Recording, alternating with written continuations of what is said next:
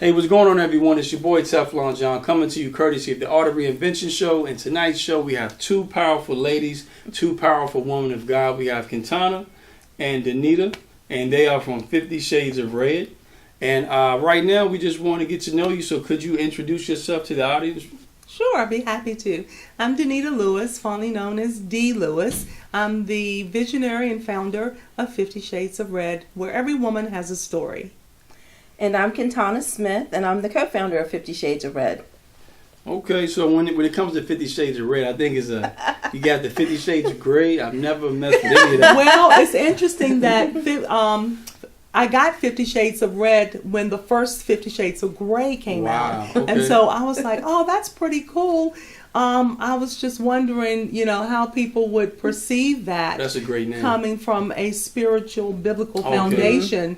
It's kind of like it's not a spinoff from 50 Shades of Grey by any means, but it makes for very interesting conversation, and it's a door opener to have the conversation. Oh, yeah. Exactly. And what I love about it is that it takes something very popular, that series of books or movie, and you'll never forget it. Like, since I met you guys, I've never forgot 50 Shades of Red.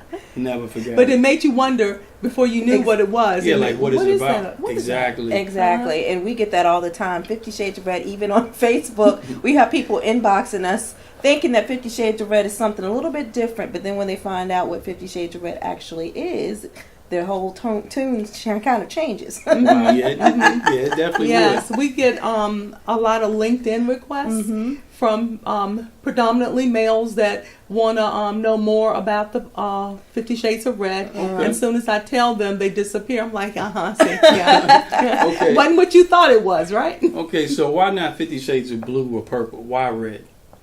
Red stands for the blood of Jesus. Wow, okay. It's the color that you don't mix anything else with it to get red. That's right. And 50 Shades of Red, there really are 50 Shades of Red. Wow, okay. It really does have 50 Shades of Red. In fact, when I was watching a reality show, Preachers of L.A., and I was very interested in Maisha Cheney, who had a women's platform. They go into shelters, and it was called Hiding Behind the Lipstick. And so I thought that was pretty neat. Lipstick and hiding behind it like the mask. And so I watched that episode. And when it went off, I heard in my spirit, 50 Shades of Red. Every woman has a story. And I was like, oh, that's pretty cool. Dropped it, right? Went to work the next morning, and I said, let me see if there really are 50 Shades of Red. So, you go to the trusted Mr. Google, and absolutely 50 Shades of Red popped up. Wow. And I'm like, okay, this is something here. This is something that we're going to work with. Working with something. We're cooking with a little oil. That's there. right. Yeah. And so when Dee first brought the idea to me, she said 50 Shades of Red, and she was telling me the story behind it. I said, Dee, we got to run with this. Oh, yeah. I said, there's something to this. And I said, okay, you create the logo, because she is so creative in creating things and taking things out of what I explained to her or described to her. She can grasp it and materialize it on paper or on something. So she created our logo. And it's so funny because when she first sent me our logo, I looked at it and I said, these women look like they wild women dancing all around. I said, they're dancing because they're free, Dee. Okay, I got it. Okay, so that's how we ended up with the logo. So that's how it started. That's how it started. Now, I'm glad that you all said that, because it seems like one complemented the other. And with my vision, I am TeflonJohn. It's me and my cousin. And a lot of times he can bring out the creativity that I think.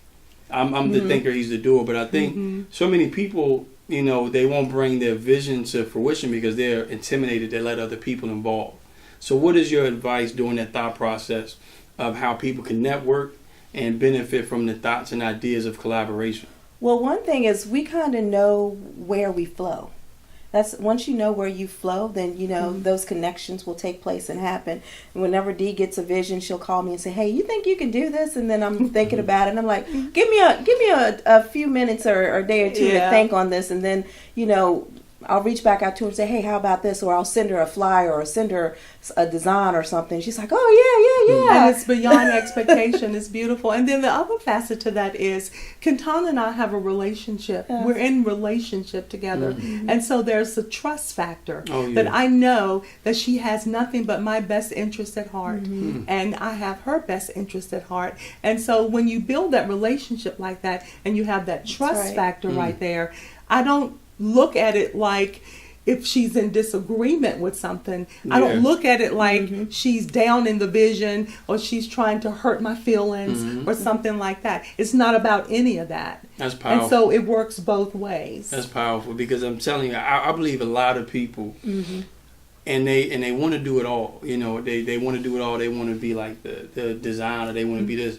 But it's when you put your heads together and complement one another, and it's times where he can kind of know what I'm thinking. Now he knows how I think for the shot. He knows how I think, and I know how he thinks with the with the editing. And I'm glad that you two are coming together. And that kind of moves into my next question: is what type of women are part of 50 Shades of Red? Well, 50 Shades of Red, we have a core group. We just have one additional person added onto our group, but there's actually 5 of us now. 5, okay. Yes, we started out with a group of 20. Okay. Yeah, and 20 women. Wow. Formed the mission statement. That's right. We did the first big event at Lynchburg College, where we actually reached out to Maisha Cheney of Preachers of LA in Long Beach, California. I'm like, okay, I'm going to send an email. Not really thinking anything's going to come of it. This woman is on TV. She's famous. She's got books and CDs and everything. Won't long, I got a response. Wow. Lady Maisha's very interested in what you're doing. Give us more. Gotcha. And at that point, I'm like, wow. Now we've upped the ante on this thing. We're no longer cooking with some little oil. We got, you know, it's beginning to catch fire. And it's great that I want y'all to listen to what happened. Was she believed in that vision to where she reached out to someone that big. Yes. And I think part of the problem is why we don't grow in our vision, we really don't believe in what we're doing. And really your belief, you can tell what people believe by their actions, and that's a big action. Right. It was even an open door or a closed door. And that's you know, I nothing ventured, nothing gained. And it didn't hurt you at all. It didn't hurt me at all. In fact, it enhanced. And she was so attuned to the vision that she said, do not let money be an option that you don't send for me. We can work it out. Oh, wow. And so she used her airline miles instead of charging us for airline to come here. She used her frequent flyer miles to come from Long Beach, California to Lynchburg, Virginia. So that's West Coast to East Coast. Yes. So Kentonna, how did that event change 50 Shades of Red? Well, the event changed 50 Shades of Red in that we were able to, we actually had a group from Maryland that wanted to collaborate with us. People were calling once they found out Maisha Cheney from Preachers of LA was coming to little old Lynchburg, Virginia. She's exactly right. But I think one of the things that event did was it brought awareness to sex trafficking, because we also had Tawan McCarty, who has a women's home in Alabama called the Well House, and she brings women in from sex trafficking. And we met her through the Lighthouse Community Center downtown on Church Street. Yes, on Church Street. So one thing it did was we brought women in to tell their stories, and through other women hearing and sharing their stories, people were set free and delivered. Wow, and I love what you're doing, because you're doing something that really no other person is doing, that I think that at least that you see from a highlighted standpoint. And I believe that most of the women African American, or the mix of races. It's mixed. And I love that as well, because like you said, reality TV. And this is what I want to talk to you guys about is, when you look at reality TV, if you look at preachers, not preachers, but the Basketball Wives, Love and Hip Hop. Yes. It shows, especially African American women, dividing, fighting one another. Yes. So how do you think your vision and your 50 Shades of Red can help promote togetherness, oneness, and how black women can actually complement one another without tearing each other down? Well, one thing we started with was a Friday night chat. We invited women out to get together, to have a good time. We talked about the issues of life, the things that were on our heart.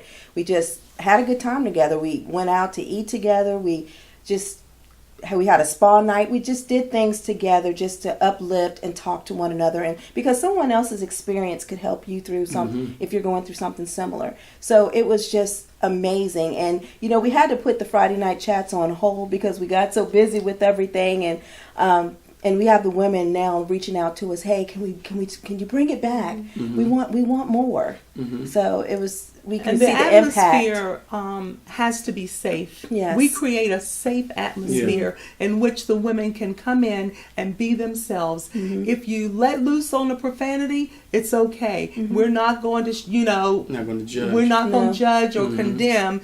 Just come in, be yourself. Be yourself. And each woman begins to relax and start interacting one with the other. But most importantly, they see the core group and how we interact with each other. And they start imitating that and how we love on them and encourage them. And so they start doing that. We start seeing them when others would come in. They would go to them instead of us having to go to them. They would go and greet them and make them feel comfortable. And it just seemed whenever we had an event going on or something that we were doing, the women, they just followed us. They wanted to be a part. They didn't want us to leave them out. We want to come with you guys. We want to help you. We want to do this. We want to do that. And we encourage them to use their gifts and their talents and to plug in wherever they're comfortable at. We had 2 ladies that loved to work in the kitchen, putting the food out and setting everything up. But we didn't want them to feel like they had to do that. But that's where they flowed in the hospitality realm. And so they loved to do that. And so we just wanted the women to come, connect, and dream again. Start reaching those goals that you may have had on hold. We just want to encourage, empower, and embrace women to live life to the full. That's great. Now, do you think that worked out because you were giving women a voice who may have not been heard in years? Yes. Oh, absolutely. We started out reaching out to the least of them, if you would, to those that perhaps had been wounded inside of the church walls and didn't want to have anything to do with Christians or the religious sect, okay? And so we knew that we were called to come outside the church walls, and we would go down to the housing complexes and knock on doors and hand out flyers and talk to them. They'd be hollering out the window, "Who is it?" And we would, and we'd talk to them. And so we just started putting ourselves out, doing the legwork, boots on the ground, so to speak. And one thing I love about that is people, like I said, people tell what you believe by your action. I like that that you all are being reactive instead of you're being proactive instead of reactive. And I believe that some women or even individuals, like what we have going on in our community now with violence, people are tired of the same reactive type of prayer at the flagpoles, churches coming out after the fact. But I like how you guys are getting in front of this problem of human trafficking and just women that need to heal, and you're giving them a voice, because I know there's so many young women now who are going through identity crisis, who are going through self-image, self-hurt, self-hate, and you're actually giving them a voice. Now, what is your advice, or how can 50 Shades of Red help the younger generation? And we have really put some thought into that because we understand that a lot of the younger women, they have barriers that prevent them from coming to meetings and gatherings. They need childcare. Yes. They need transportation. And so whenever we launch a major event, we make sure that we have those things in place. And not only do we have them in place, but we also make sure that we have adequate people that can love on the children, and we loving on the moms. We also make sure that they're fed. We always go above and beyond to make sure that mom's fed, the kids are fed. Great. Because when we had that first event at Lynchburg College, the sororities and fraternities were so strategic in helping us, because while mom was there at our event, the kids were at the sororities and fraternities having a good old time, being fed, having games. So it's not an issue for us to be able to find someone that will help out. And I love that because, in fitness, by me being a personal trainer, sometimes when you look at why people haven't reached their goal as a limiting factor. So what you did is you eliminated We took number one away manufacturer the Exactly. excuses. Daycare. We took So it away. you took away Exactly. every excuse and made it available. And I want people to take note, because sometimes you have an awesome approach, you have an awesome product or an awesome view, but you're not really helping them on the back end. You know, like some of the people that you will serve may live in public housing, may not have transportation, might not have food, may have child care issues. So start thinking about that. And I think that you guys are really putting a lot of thought into it, and it shows that you care about your cause and your vision versus just getting your name out. Right. You know. Right. And what we found that the ones that most likely would not visit a household of faith, but if we have an event, they're there. We had an evening of personal elegance at the library meeting room where we rolled out the red carpet and we told them, come as whatever your personal elegance is, that's how we want you to dress. So we had some women in evening gowns, we had some women in shorts and t-shirts and blue jeans, but that was their personal elegance. And when we all came together for that evening, it was beautiful. It was so much love in the room. Yes. That it was just amazing how everybody felt at home and felt comfortable. And one of our trademarks, one of our things that we like to do at some of our events too, is we like to do giveaways. So we have people donating things to us, whether it's clothing or shoes or pocketbooks or makeup from Mary Kay or what have you. We give those things away. We do a raffle and give away whatever. Whatever wants to get on it. Get this. When we had that major event at Lynchburg College in 2015, that was the first one. Yes. I said, okay, we need some lipstick. And immediately I thought, we need a lot of lipstick, shades of red. So I prepared a letter to the P&R person for Revlon. Yes. And we sent that letter, and guess what they sent us? Over 250 tubes of lipstick. Yes. Wow.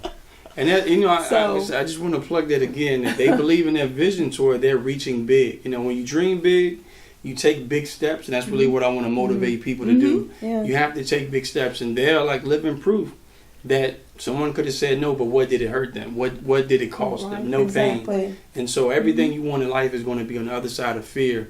And they're putting fear aside, and they're really stretching and reaching. And, you know, God is really working on their behalf. You know, He's really honoring their faith. He's opening doors for us, and all He's asking us to do is be faithful to it. You know, don't say, oh, I ain't doing this no more, just because we had some setbacks. And we've had many setbacks. Yes. Yeah. I mean, our core group dwindled from 20 to at 5. one point. It was just Kentonna and I. Yes. It was just to 2. And so at some point, but I'm grateful because the vision is now a reality. And I just said, you know what, this is too hard. I don't have the money. You know, I don't have the support. Because if you wait for people to support you, you won't ever do anything. Can you say that again? If you wait for people to support you, you will never carry out your visions and your dreams. One more time. If you wait for people to support you, you'll never carry out your visions and your dreams. You'll never fulfill your purpose and reach your destiny. Now, when it comes to that, and I really want y'all to kind of chime in, you know, doing what we do, you know, doing what I do, and you know, sometimes it's hard when people don't support you. It's like, yeah, you know, whatever. But when the people that are closest to you are around you, that that feels hurts. different. Now that hurts you. That feels Yes. different. That you feel that, Yes. because you think the ones that's in your heart and you're around the most, they're going to be the first to rally around you and undergird and support. That is not the case. Jesus was not accepted in His own hometown. That's right. So yeah, we for whatever reason, that's the way it is. We have to go out and get the job done, and God will send them. If He see that you're taking 2 steps, He's going to take 2 more. He's going to help you, and He will open doors for you, and He'll send people. And some of them don't even understand why they're helping you. All they know is they're helping you. Yeah. You know, they just feel like they need to do it. And a lot of times you don't even know them, and you may not even see them again.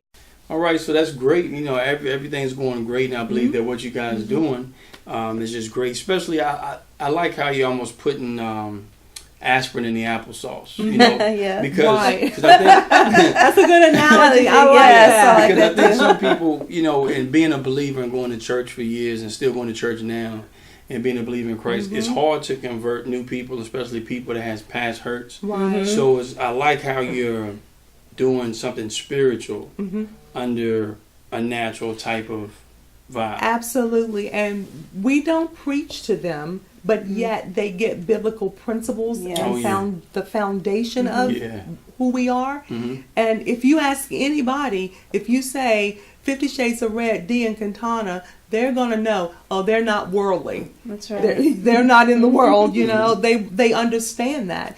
And so what we do, I love the analogy of putting the aspirin in the applesauce so that it's palatable, so that they can receive it and they won't feel like we're judging or condemning them. Yeah, because I feel comfortable with you all. I mean, as far as some people, like, you know, you reach out to, and I'm a Christian, there's like this prejudgment. But I love how you all let them come in and don't pass judgment. That way they're comfortable to shed that story. We're real people, and we just like to keep it real with everyone. Oh, yeah. And, you know, however you're feeling that day, you're feeling that way. And we'll deal with you, even though you're feeling the way you're feeling. Oh, yeah. So, you know, I mean, there's a way to do everything. You just have to change your method sometimes, look at things in a different way, you know. So, I mean, we love the women that, you know, cross our paths and that we're able to meet. So, yeah, and I think it's easy to get to the root cause when people feel like, well, man, you know, she's perfect, so I can't have a conversation with her. But when people feel like, look, you know, you're a real person, you care, and hey, y'all Christians, and y'all really showing the love of God because y'all don't judge me. This is what's really going on with me, and now we can deal with the root cause. Right, exactly. And once you establish that trust with a female, then you can work with that because it's open for communication, for the dialogue, for the real dialogue to take place. And so that's one of the things that we work real hard to do, is to let them know, number one, we're not trying to get anything from you. We want to get something to you that's going to improve your life and to help you live a better life, a better quality of life. And so once they realize, that's why we don't charge them. We're wrestling right now with how to put a monetary stream. Let's just be real about it. People are saying, you got to charge for that. You got to charge for that. And I get what they're saying. And I'm not tuning them out completely. But I want people to understand that money is not the motivating factor for what we do. And so when we hold our events, they were free. We provided everything for free. It was donated, or time or money was donated, so that we wouldn't have to pass that cost on to the participants. And so now what we're doing is growing by leaps and bounds. That was like, okay, perhaps this is a stream of income that has been provided for Kentonna and I. Because God knows we praying about, Lord, where's the finance end of it? Where, you know, eventually you start, because you're looking at all of the lives that are changing and being blessed. And I know that the gifts will make room for you. And so we're at that stage now where I believe that we're going to have to start passing on, even if it's just a small love offering or something. Because see, here's the thing. If you keep giving to people and they're not investing in it, then it doesn't really mean a whole lot to them. They're thinking, well, it's free, so I mean, you know, I can just do whatever. I can come or I don't come. But if they pay for a 30-minute slot, what do you think's going to happen? They're going to show up for that 30-minute slot that we've allocated to them. So. And if you use that same principle, like I always say, like even with training or anything, like Planet Fitness is $10 a month, and so you can go a year with them taking $10 out your paycheck. And not every month and not miss it, not go. But when they're taking 35, 40, well, you know what it is? It's the value. It's the value. You know, I have to get my value out of this, and I believe that you all will figure it out, because I think that from the standpoint of if there's a pitcher of lemonade right here, you know, and we're pouring out, cameraman's getting some, you all getting some. Pretty soon the pitcher's going to run empty. Who's going to refill that? We refill it out of our pockets right now. And so at some point it has to be that system to where, hey, this comes in so I can increase my reach. And that's what people don't realize. Absolutely. The more they invest, the more they sow into you guys. But, it increases our reach to reach more people. I don't ever want a woman to feel like that she can't get what she needs from us because she doesn't have the financial means in which to pay for it. Number one, I don't ever want someone to feel like that. Mm-hmm. And we've been on the flip side of this thing where, and I'm just going to be real about it, where we've been to a wonderful church service. Oh man, it's been awesome, anointed. And then all of a sudden, here it comes, $100. Get $100 and come up give here. $100. That's Well, what that does for me, if I don't have $100 to give, I'm like, I feel some kind of way about it. Yeah. You know, because I'm like, you mean to tell me you just did this awesome message and you just blessed us, and now you're going to turn around and everybody's got $100 come up here. What about the ones that don't have it? Yeah, it's just sometimes it's manipulation. Sometimes it is. You use the most emotional And part of I the don't service. ever want the women that connect with this women's platform to feel like that that's all we want is their money. Because that's the first thing they're going to look at you. Well, how much is it going to cost me? But we've been doing this since 2015 now. And so I know in my heart that they understand what means the most to us. Oh yeah, like I said, you can. I would pray for a strategy. You know, and God will release strategy. That's to what you we need right now. on, Is how on how to go, because it's a lot that you can do. Maybe partner up, have businesses sponsor your event. Because sometimes businesses want to do things in the community, they don't have the legs on the ground. Right. So they'll partner That's with a you great to get idea. their name out, and they'll fund it. You know. And that's what we've been doing. Yes. We collaborated with the Lighthouse Community Services. In fact, they undergirded us and supported us for several years. They gave us the open door policy. We were holding meetings there at no charge, and we were under their 501c3. And so, yes, they wrapped their arms around because they believed in the vision and what we were doing, and they still do. We also collaborated with Lynchburg College, the Criminal Justice Department. Wow. When we had our event there, the professor closed the class down and sent his students to the event because he wanted them to hear about the sex trafficking, the speaker, Tawan McCarty. And so it's things like that. We partner with the domestic violence prevention center. We partner with transitional options for women in Roanoke. We did a fundraising event for them. We did an event for Fast Works through Horizon. Yes. Wow. So we have And so it's all areas, about the partnerships. You're exactly right. Yeah, the partnerships are great because a lot of people, from a strategic standpoint of tax purposes, and some people, like I said, they just don't have the extra boots on the ground to send employees out. So they would love to partner up to get their dollars in the community. Right. And then you just provide a service. And you're still getting what you need, they're getting what they need.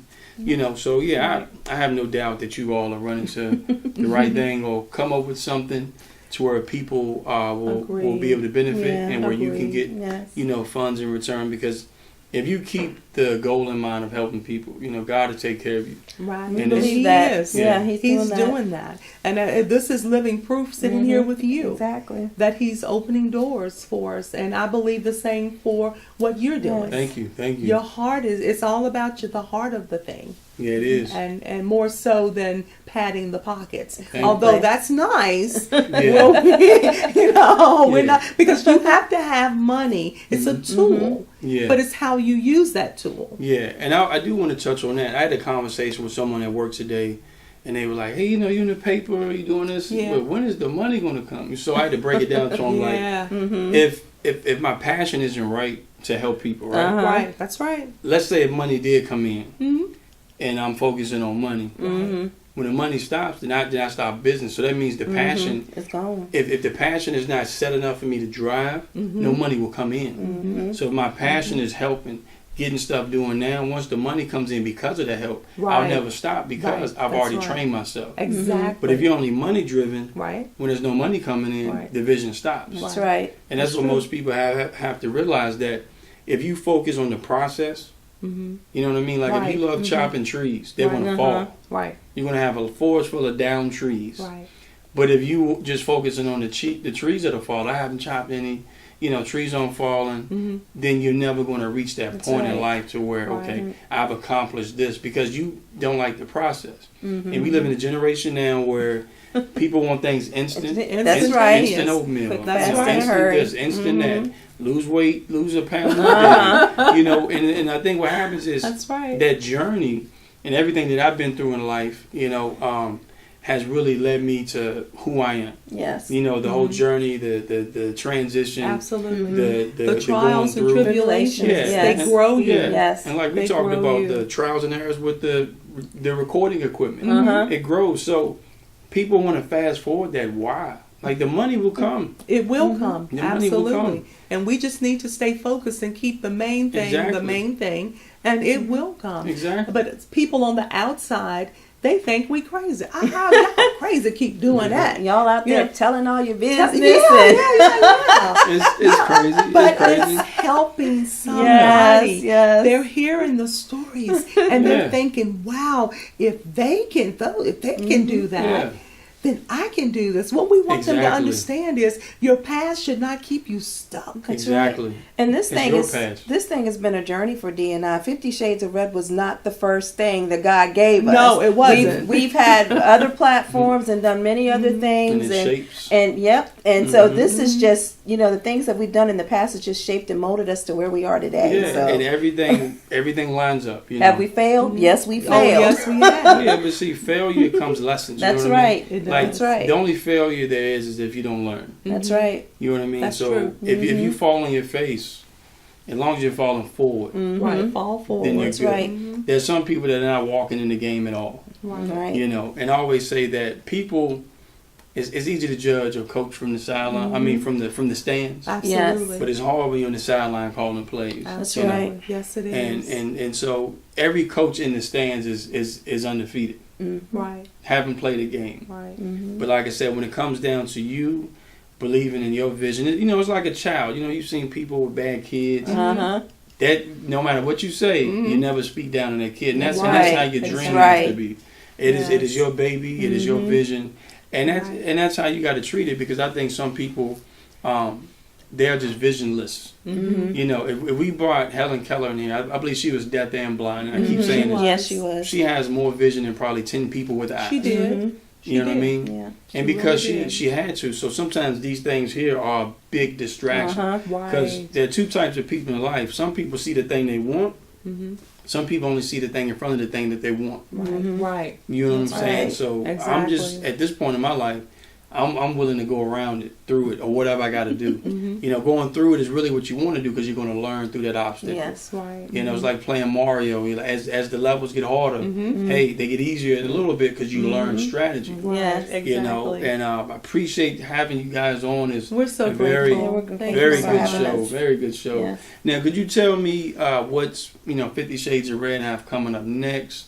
What's going on? How can people connect? So Dee and I have a platform that we have called Journey to Forgiveness. We walk women through forgiveness.